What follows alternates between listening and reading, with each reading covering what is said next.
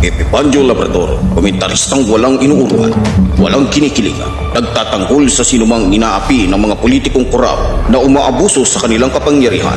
Epipandio Labrador, tagapagtanggol ng bayan!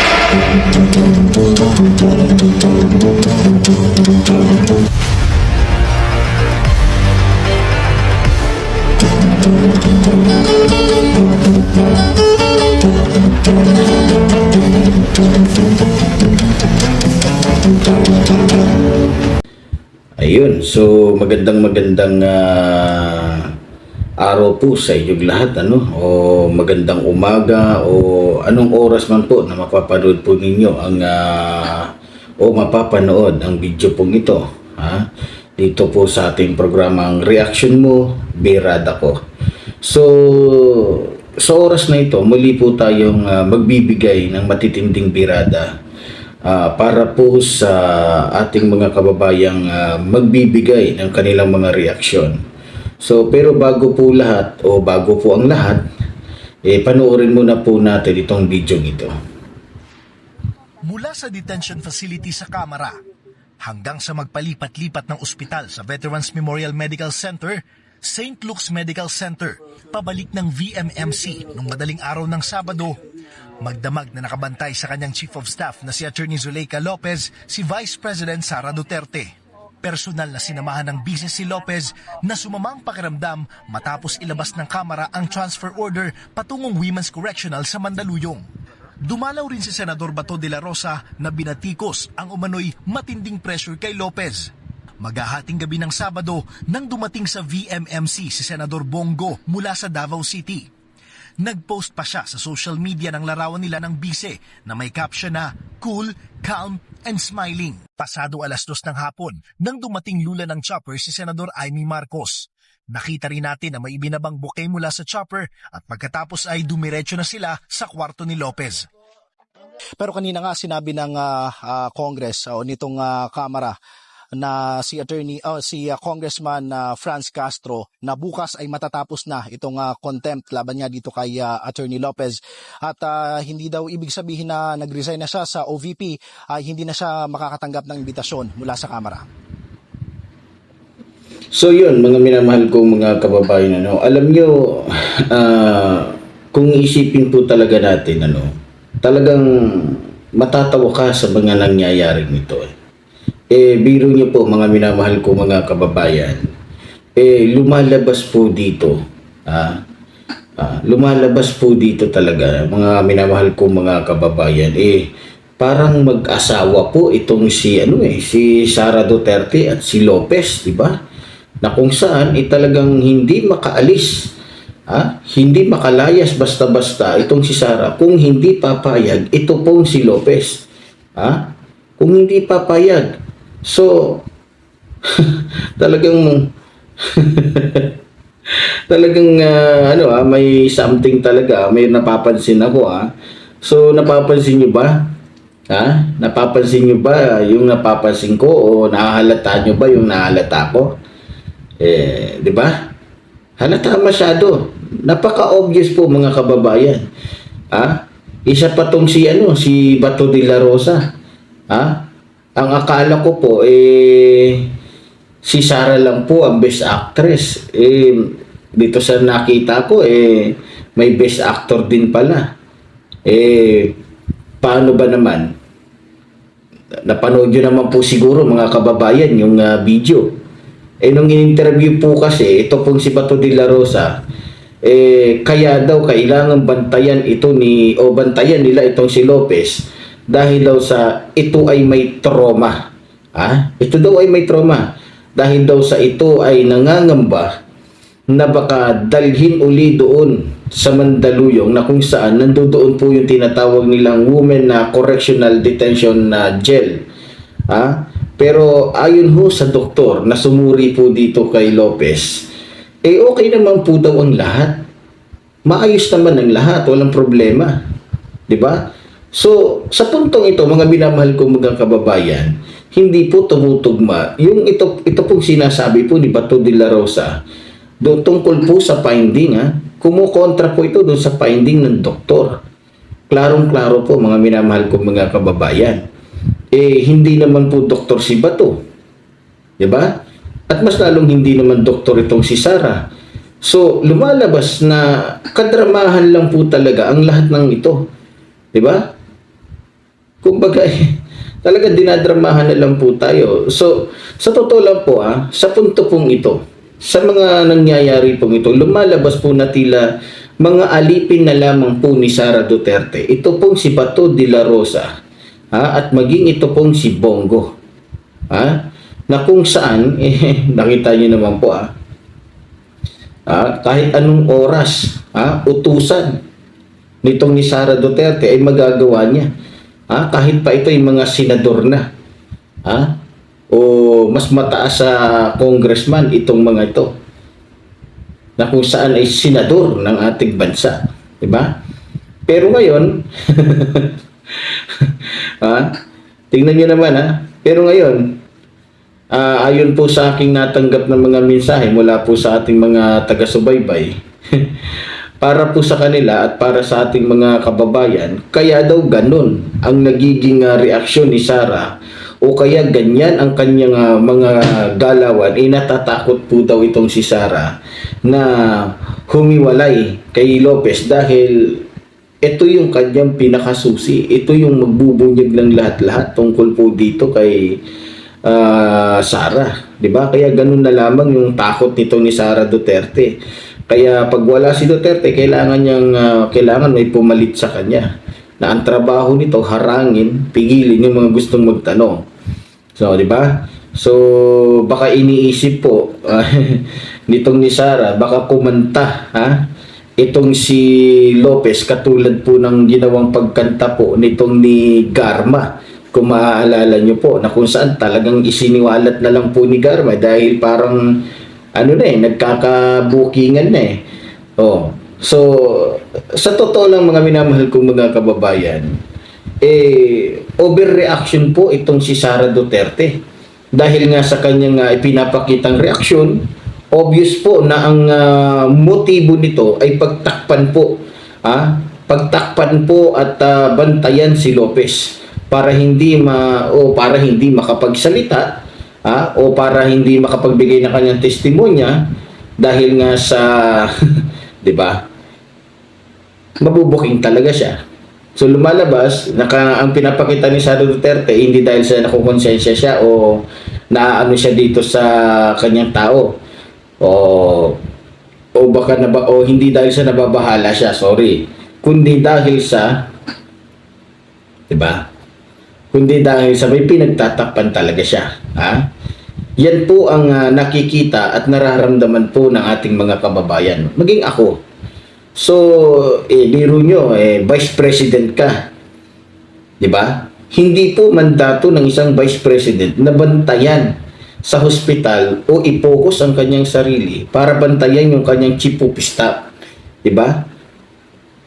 Hindi po mandato ng yan. Pero, dahil nga ito yung susi ni Sara, at ito yung nakakaalam ng lahat ng baho ni Sara, wala na pakialam si Sara sa mga Pilipino. Ang importante, mahadlangan niya o mabantayan niya itong si Lopez. So, imbis na gampanan niya ang kanyang tungkulin bilang isang Vice President, mas ginampanan po niya na maging bodyguard o maging tagapagbantay nitong ni Lopez doon po sa ospital. Kaya nga, hindi natin maaalis sa isipan po ng ating mga kababayan na kaya binabantayan ito ng husto o ng maigi nito pong ni Sara Duterte o ni Bato de la Rosa o ni Bongo, dahil itong si Lopez ang magiging susi talaga para malaman ang katotohanan. Kaya ganito ang nangyayari. At isa pa, sa nakikita ko mga minamahal kong mga kababayan, hindi kaya kasabwat ni Sara itong si Bongo at si Bato sa pagnanakaw niya sa pera ng taong bayan. Kasi yan ang nakikita ko, yan ang nararamdaman ko din, 'di ba? Kasi 'di ba, dapat hindi nagpapakita ng ganoong mga reaksyon itong si Bato de la Rosa o si Sara man, 'di ba?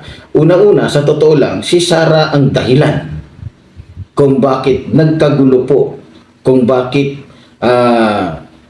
nagkaganyan. Kung hindi po pumunta, ito pong si Sara Duterte ng 10 oras ng gabi doon po sa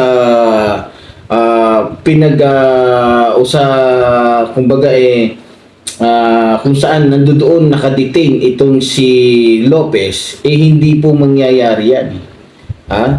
Hindi po mangyayari yan, hindi po ililipat itong si Lopez. Nagpakita ng hindi magandang motibo si Sara Duterte. Wala sa usapan at wala sa batas ng isang Vice President pwedeng manatili doon ng kahit ng buong magdamag na kung saan niya gusto. Vice President ka lang. Hindi ngayon ginagawa ni Pangulong Ferdinand Marcos Jr. Ikaw pa na Vice President ka lang. Alalahanin mo, Sara, Vice President ka lang. Isa kang Vice President na walang, di ba? Na walang magawa o walang nagawa. Alam nyo, talagang kinakabahan po itong Kongreso. O kinabahan po talaga itong Kongreso nung nalaman nila na itong si Sara Duterte nandoon nga. Kung hindi ginawa ni Sara Duterte yon, hinayaan niyang mamahinga, matulog ng maayos yung tao niya doon sa Kamara, di sana walang ganitong mga issue, walang ganitong mga, alam ko pinlano niya sinadya ni Sara Duterte. Di ba? Talaga, makikita mo naman yung mga galawan ni Sara. Di ba? So ngayon, pinapalabas ni, ang galing talaga ni Lopez, artista talaga itong, ipagmumukha pa lang ni Lopez, hindi po katiwa-tiwala. Pero nakikita ko, o nakita naman po natin parang, para sa akin parang sinadya mo talaga na mangyari ito ni Sara. Di ba? Parang pinlano Kitang-kita po sa galawan, parang aral na aral o parang pinag-usapan na yata nila sa cellphone pa lang, nag-usap na itong dalawa, si Lopez tsaka si magdrama ka, itong gagawin natin para dyan. Siguro natatakot itong si Lopez. So, ewan ko lang po kung tama po yung inilalabas ko po na mga reaction dito o opinion. Kaya siguro, para sa akin din, pare-pareho po tayo ng iniisip. Diba? Meron po akong nabasa, meron po akong nakita o nabasa dito po sa aking napanood sa video. Tungkol nga po sa usaping tungkol sa naganap na ito, sabi doon, bakit ganun na lang ang kanilang pagpuprotekta o pagpupursige na maprotektahan ito pong si Lopez? Anong dahilan? So yan po yung aking nabasa doon, mga minamahal kong mga kababayan. No? Kasi kung di po ako nagkakamali, ewan ko lang kung ganito rin po yung pananaw ninyo. Biro mo ba naman, tinalo pa po ni Lopez yung gobernador. Di ba? Tinalo pa ni Lopez yung gobernador. Sa nangyayari niya. Kaya siguro ganun na lang si Lopez, kumbaga pinag-iingatan nitong ni Sara dahil ito yung susi. Ito yung susi ng lahat para malaman ng Kamara yung katotohanan. Kaya napakahalaga po ng susi. Dahil ang susi ay hindi lamang po mahalaga sa kotse. Hindi lamang po mahalaga sa bahay. Hindi lamang po mahalaga sa kumbaga sa lagayan ng pera.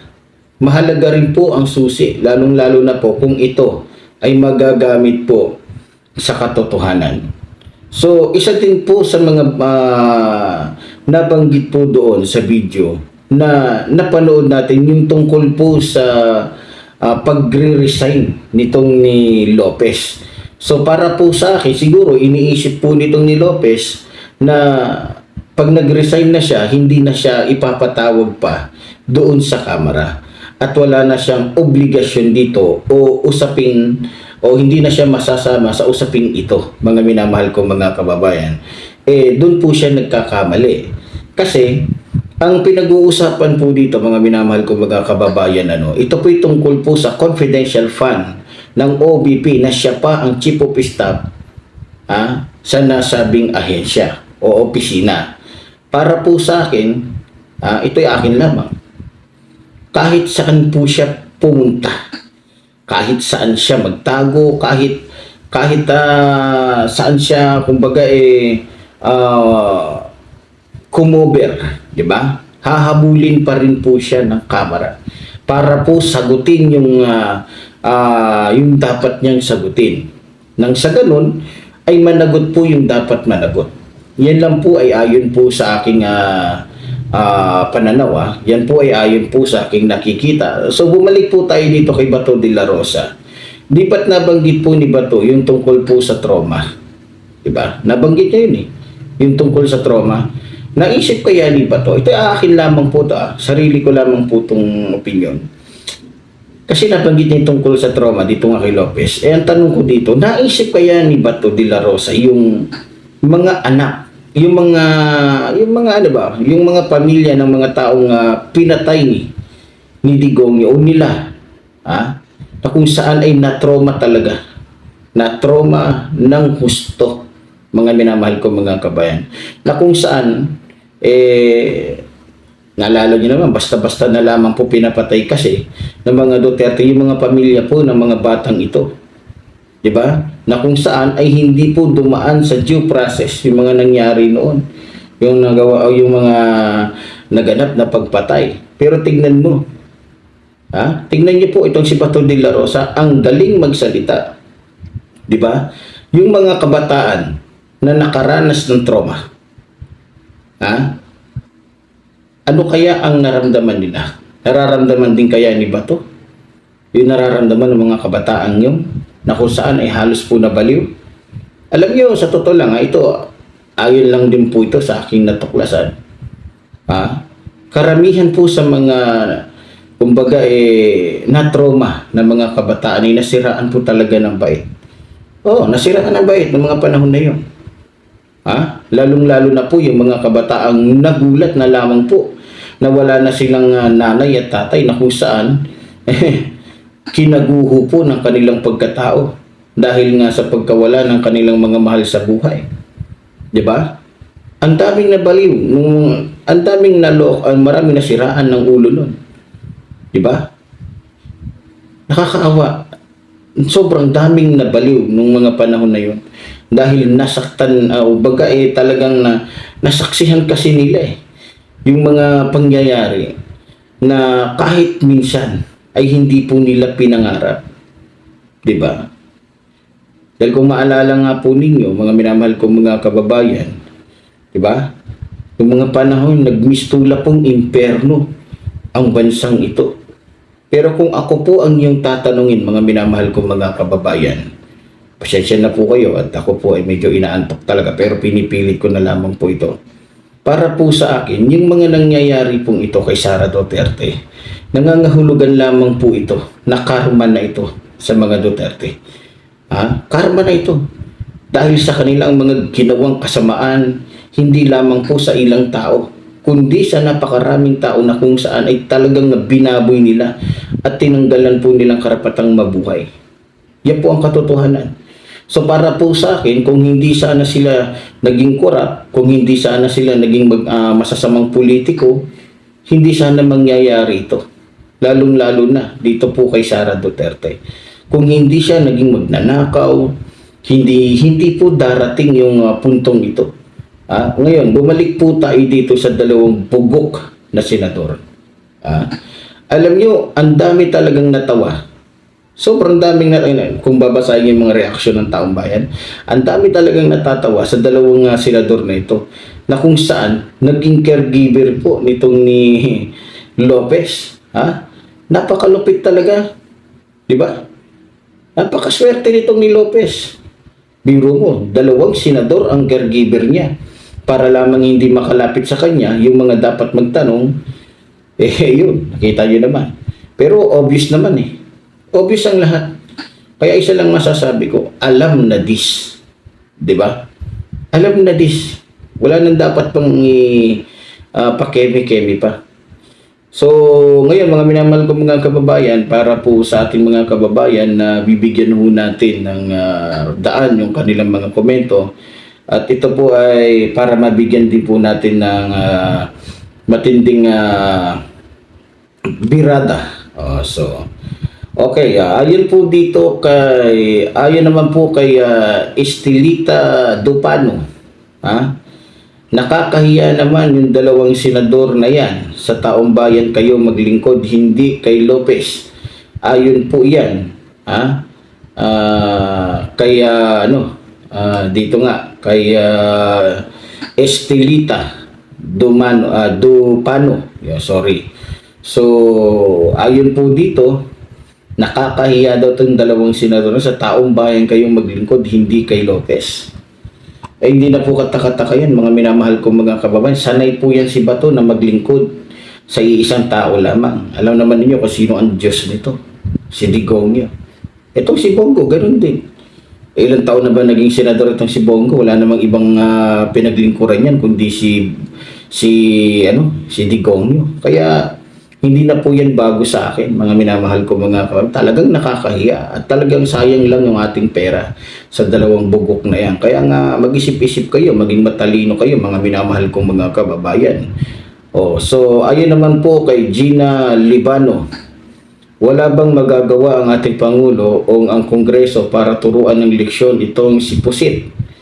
So, ayun po sa aking pagkakaalam, tulad ng nasabi ko na kanina doon sa una nating vlog, balita ko, sineryoso naman po. Hindi po hinayaan ng ating mahal na Pangulo na palagpasin na lamang ito. Ang pagkakaalam ko po, umaksyon po sila dito. At ewan ko lang po kung ano ang magiging malawakang hakbang ng ating mahal na Pangulo tungkol po sa mga pagbabanta po ni Sara. Pero, ang pagkakaalam ko po dito, dahil halos lahat nga minura niya na, pati yung Kongreso, lahat. So, nag-ala Epifanio Labrador ditong visit na to. So, gano'n pa man, alam ko po, nagagawa po ng paraan. Alam ko naman, kaya naman nag-iinit ang ganyan ng mga Duterte dahil nakikita nila na talagang siniseryoso sila ng gobyerno para papanagutin sila sa kanilang mga kasalanan o sa kanilang mga ginagawang kalokohan. So, yun po. Dito naman po tayo sa ikatlong reaksyon ho. Ayon naman po kay Nando Aboy. Double blade si Sara Duterte kasi para silang mag-asawa ni Atty. Lopez. Hindi ko lang po alam pero meron akong nakalimutan ko lang kasi kung sino nag-vlog nun Pero isang vlogger na nagsabi na double blade ito at meron din ako nabasa sa ibang mga komento na yun yung kanilang pananaw. Pero hindi ko po ito kinukonfirm kasi ang alam ko itong si Sara lalakero to. Pero kung totoo man yan na mayroon silang relasyon ni Lopez, maaari o pwede kasi alam naman natin na lahat ng kasamaan lahat ng kababuyan na kay Sara na. Kaya hindi po imposible yon, mga minamahal kong mga kababayan. Pero para sa akin, ang pinakamalapit na istorya dito, pinakamalapit na rason, kaya parang nagiging asawa itong si Sara Duterte dito kay Lopez, siguro na para palakasin yung loob ni Lopez, diba? Para palakasin. Na kumbaga, parang gusto ipakita ni Sara Duterte, nandito lang ako. O kahit anong mangyari sa'yo, nandito lang ako. Nandyan lang siya. Pero hindi naman siya mapapahama, kundi si Lopez. Kasi si Lopez yung pinapaharap niya.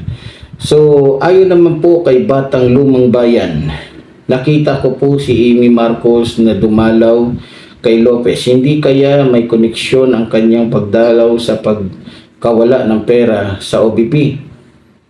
So, dito, pwede kasi magkakasama sila Diba? Tulad ng sinabi ko, baka nga, o sa akin lang naiisip ko rin, baka yung mga milyon-milyon, bilyon-bilyong mga nawawalang pera sa OBP, kasabwat dito. Ito pong si Bato de la Rosa at si Bongo at si Amy, sila yan magkakasama yan Pero ayon po sa aking nabalitaan kasi, kaya desidido pong itong si Sara Duterte na mag-ipon ng mga mananakaw niyang pera kasi maaaring gamitin niya ang mga perang ito para po ipambayad sa mga taong nababayaran yung kanilang mga boto para po sa 2028. Kumbaga nag-iipon na, kumbaga nag-iimbak na, naniniguro na, diba? So kaya tinutulungan ni Bato de la Rosa, tinutulungan ni Bongo ng mga senador itong si Sara magkaroon ng ganung budget para sa paghahanda niya para sa 2028. So, kaya nga, ewan ko, para sa akin, hindi dapat bigyan si Sara Duterte. Pero dahil nga puro mga kakampi niya yun nandoon, puro mga magnanakaw, puro mga kapwa niya demonyo, yan ang sinasabi ko. Pag puro mga kasabwat ng Duterte ay nandoon, kawawa po tayong taong bayan. Hindi po tayo aasenso. So, ayun naman po dito kay Janice Bilog, Ang Mundo TV. Baka naman kasabwat kasi sa pagnanakaw ni Sara, si Bato at si Bongo, kaya todo suporta sila dito sa baliw na BP. Tulad po ng sinabi ko, ganun din po yung aking pananaw. Diba? So, yun po yung sagot doon.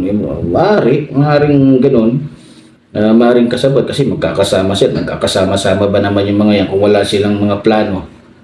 Diba? So dahil magkakasama yung mga yan, may mga plano talaga yung mga yan. May mga plano yan na kung saan ay para lamang po sa kanilang sarili at hindi para sa mga Pilipino. So dito naman po, ayon naman po kay Nanay Seni. Wala akong nakikitang masama sa ginagawa ng kamera. Ang masama yung pagmumukha ni Sara at yung kanyang mga sinasabi at ginagawa. Tama. Wala naman po talaga ginagawa ang kamera ng masama. Ang ginagawa po ng kamera, kaya nagtatanong sila dahil concern po sila sa pera ng taong bayan. Dahil ang pinag-uusapan po yan, hindi lamang po 500, 1,000, bilyon-bilyon, milyon-milyon. Trabaho ng kamera na alamin ito kung ito'y mapupunta po sa mabuti o hindi.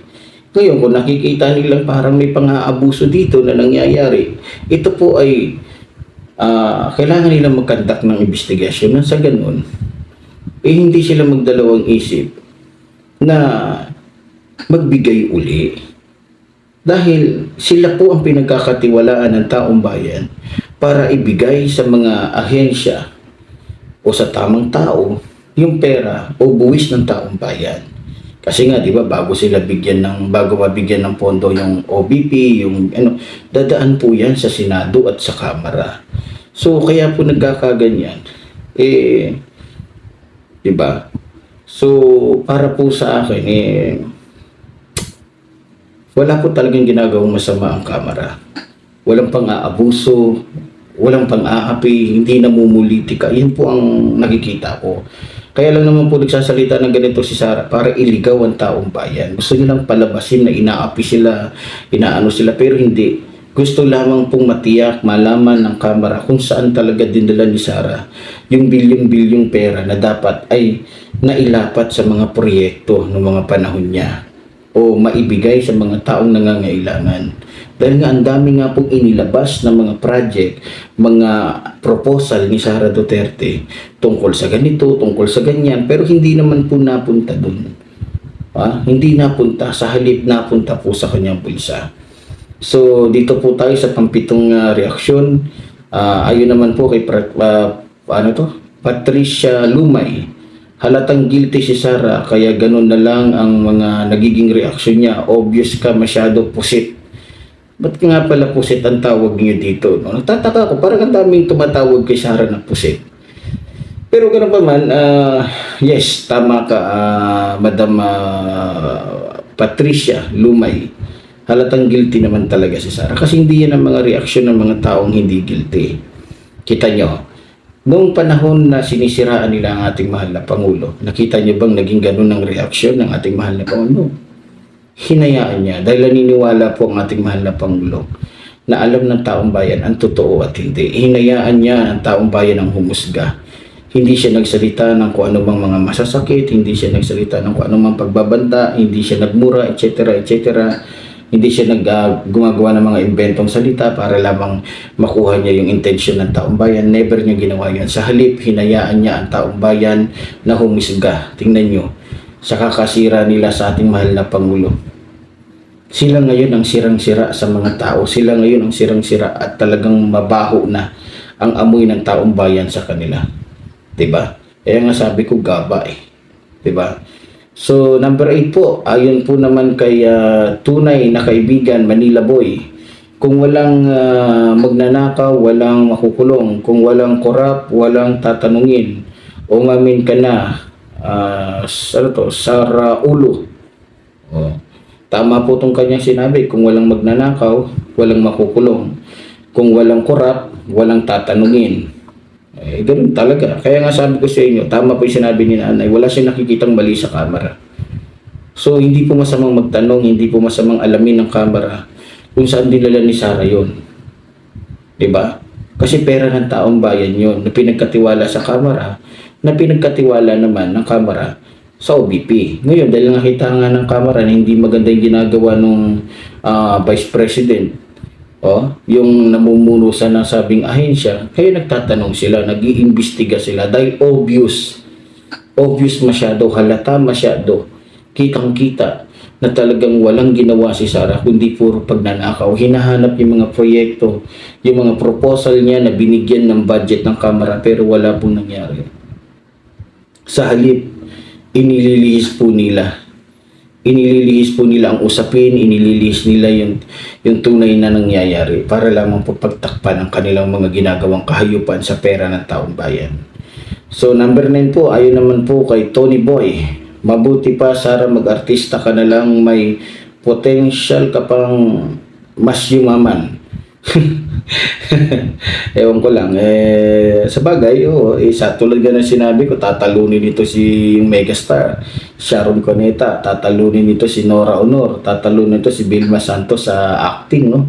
Kasi kung galing talaga umacting si Sara, nako, napapabilib ako dito kay Sara. Pagdating sa actingan, hindi ako nabibilib dito pagdating sa servisyo niya, pagdating sa kanya paglilingkod sa taong bayan. Nakita nyo naman mga kababayan ko, walang tamang ginagawa si Sara Duterte para sa ating bayan. So, yeah, siguro, maganda pa nga siguro na mag-artista na lang ito si Sara Duterte. Baka mas yumaman pa siya kasi sobrang husay niyang umarte, sobrang galing eh. 'Di ba? Kung gagamitin niya doon sa pelikula yan, baka maging ano pa yan, blockbuster pa yan. Diba? O isama niya si Lopez na nagsasakit-sakitan para lamang hindi mapunta doon. Alam ko, tinuruan niya ni Sara. Binripping niya ni Sara. No choice tayo. Kailangan mong gawin yan. Kailangan mong magdrama. Anong gusto mo? Doon ka sa kulungan ng mga, doon sa, sa, tawag ito, anong lugar ito? Kulungan ng mga baliw yan eh.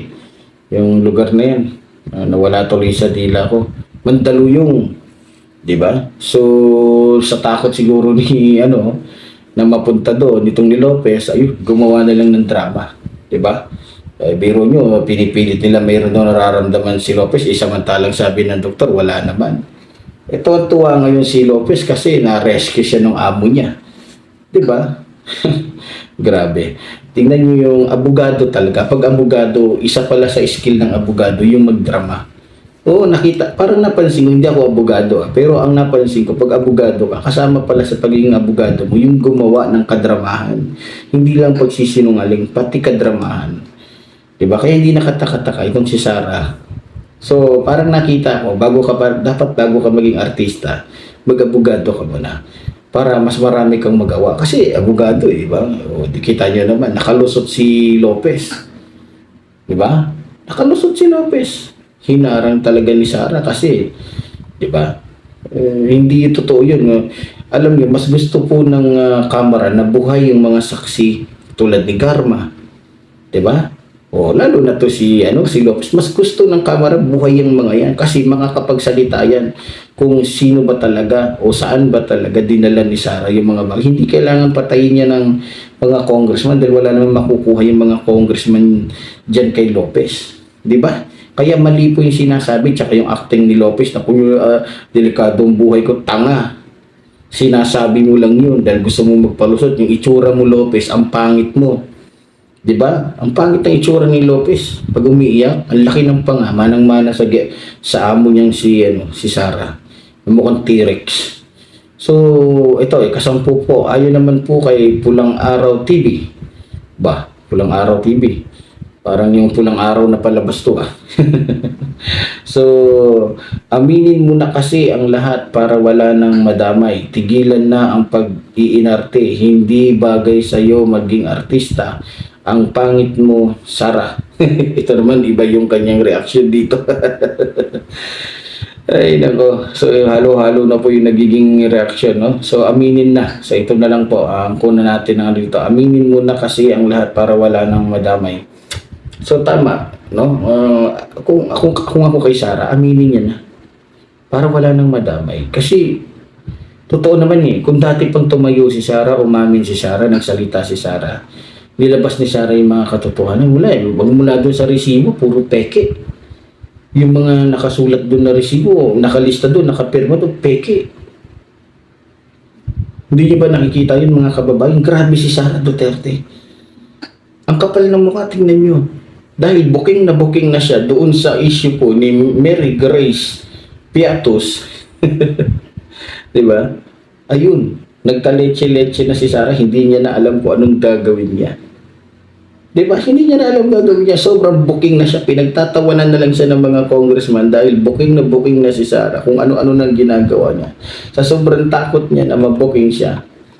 At dahil dito, dahil alam niya isa rin sa susi itong si Lopez, talagang inunan niya si Lopez kaysa sa taong bayan. Inunan niya si Lopez kaysa yung kanyang mandato.